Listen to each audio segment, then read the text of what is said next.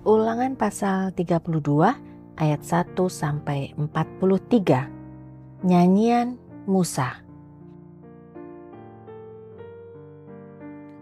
Pasanglah telingamu, hai langit, aku mau berbicara. Dan baiklah bumi, mendengarkan ucapan mulutku.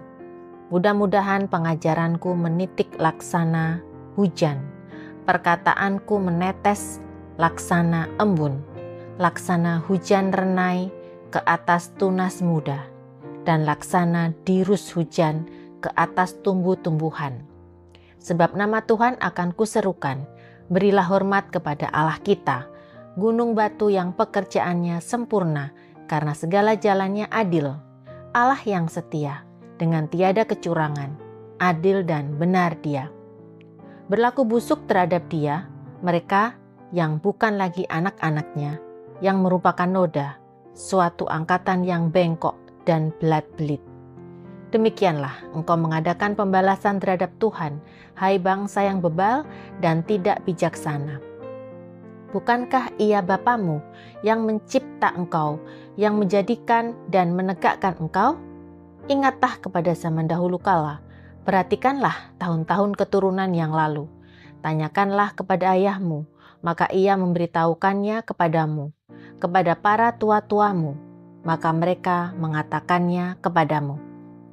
Ketika Sang Maha Tinggi membagi-bagikan milik pusaka kepada bangsa-bangsa, ketika Ia memisah-misah anak-anak manusia, maka Ia menetapkan wilayah bangsa-bangsa menurut bilangan anak-anak Israel.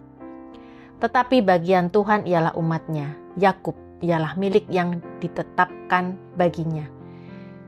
Didapatinya dia di suatu negeri, di padang gurun, di tengah-tengah ketandusan dan auman padang belantara. Dikelilinginya dia dan diawasinya, dijaganya sebagai biji matanya. Laksana Raja Wali menggoyang bangkitkan isi sarangnya, melayang-layang di atas anak-anaknya, mengembangkan sayapnya, menampung seekor dan mendukungnya di atas kepaknya. Demikianlah Tuhan sendiri menuntun dia, dan tidak ada Allah asing menyertai dia. Dibuatnya dia berkendaraan mengatasi bukit-bukit di bumi dan memakan hasil dari ladang. Dibuatnya dia mengisap madu dari bukit batu dan minyak dari gunung batu yang keras, dadih dari lembu sapi dan susu kambing domba, dengan lemak anak-anak domba dan domba-domba jantan dari Basan dan kambing-kambing jantan dengan gandum yang terbaik, juga darah buah anggur yang berbuih engkau minum. Lalu menjadi gemuklah Yesruyun dan menendang ke belakang. Bertambah gemuk engkau, gendut dan tambun, dan ia meninggalkan Allah yang telah menjadikan dia. Ia memandang rendah gunung batu keselamatannya. Mereka membangkitkan cemburunya dengan Allah asing. Mereka menimbulkan sakit hatinya dengan dewa kekejian.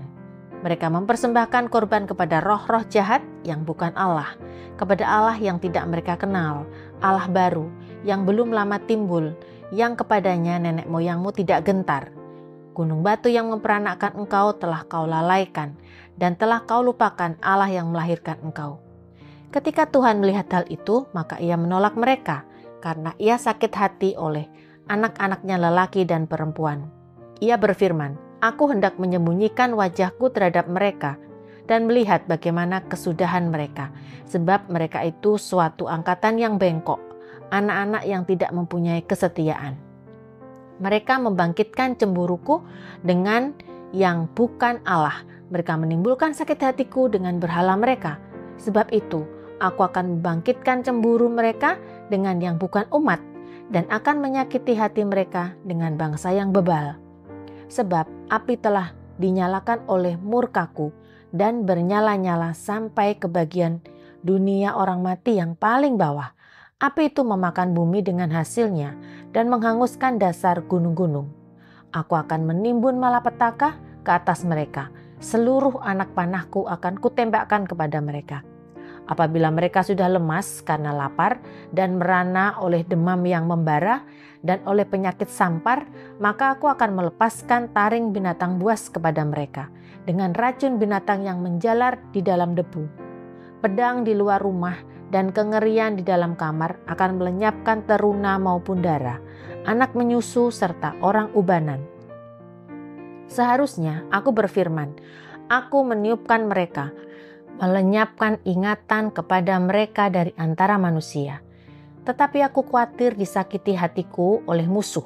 Jangan-jangan lawan mereka salah mengerti. Jangan-jangan mereka berkata, tangan kami jaya, bukanlah Tuhan yang melakukan semuanya ini. Sebab mereka itu suatu bangsa yang tidak punya pertimbangan dan tidak ada pengertian pada mereka. Sekiranya mereka bijaksana, tentulah mereka mengerti hal ini dan memperhatikan kesudahan mereka. Bagaimana mungkin satu orang dapat mengejar 1.000 orang dan 2 orang dapat membuat lari 10.000 orang? Kalau tidak gunung batu, mereka telah menjual mereka. Dan Tuhan telah menyerahkan mereka. Sebab bukanlah seperti gunung batu, kita gunung batu orang-orang itu. Musuh kita boleh menjadi hakim. Sesungguhnya pohon anggur mereka berasal dari pohon anggur Sodom dan dari kebun-kebun Gomora. Buah anggur mereka adalah buah anggur yang beracun, pahit gugusan-gugusannya. Air anggur mereka adalah racun ular dan bisa ular tedung yang keras ganas. Bukankah hal itu tersimpan padaku, termeterai dalam perbendaharaanku? Hakkulah dendam dan pembalasan pada waktu kaki mereka goyang, sebab hari bencana bagi mereka telah dekat, akan segera datang apa yang telah disediakan bagi mereka. Sebab Tuhan akan memberi keadilan kepada umat-Nya dan akan merasa sayang kepada hamba-hambanya apabila dilihatnya bahwa kekuatan mereka sudah lenyap dan baik hamba maupun orang merdeka sudah tiada. Maka ia akan berfirman, di manakah Allah mereka, gunung batu tempat mereka berlindung, yang memakan lemak dari korban sembelihan mereka, meminum anggur dari korban curahan mereka? Biarlah mereka bangkit untuk menolong kamu, sehingga kamu mendapat perlindungan. Lihatlah sekarang bahwa akulah Dia, tidak ada Allah kecuali aku. Akulah yang mematikan dan yang menghidupkan. Aku telah meremukkan, tetapi akulah yang menyembuhkan, dan seorang pun tidak ada yang dapat melepaskan dari tanganku. Sesungguhnya, aku mengangkat tanganku ke langit dan berfirman, demi aku yang hidup selama-lamanya.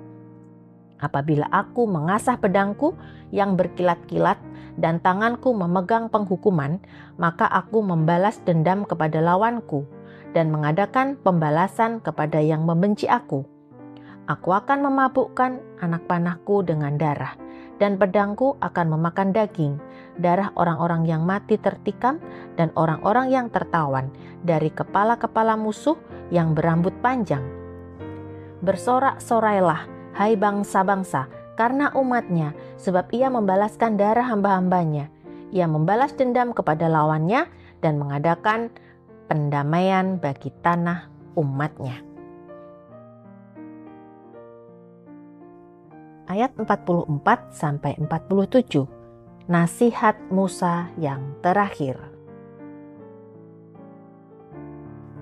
Lalu datanglah Musa bersama-sama dengan Yosua bin Nun dan menyampaikan ke telinga bangsa itu segala perkataan nyanyian tadi. Setelah Musa selesai menyampaikan segala perkataan itu kepada seluruh orang Israel, berkatalah ia kepada mereka, perhatikanlah segala perkataan yang kuperingatkan kepadamu pada hari ini, supaya kamu memerintahkannya kepada anak-anakmu untuk melakukan dengan setia segala perkataan hukum Taurat ini. Sebab perkataan ini bukanlah perkataan hampa bagimu, tetapi itulah hidupmu, dan dengan perkataan ini akan lanjut umurmu di tanah kemana kamu pergi, menyeberangi sungai Yordan untuk mendudukinya. Ayat 48-52. Ajal Musa mendekat.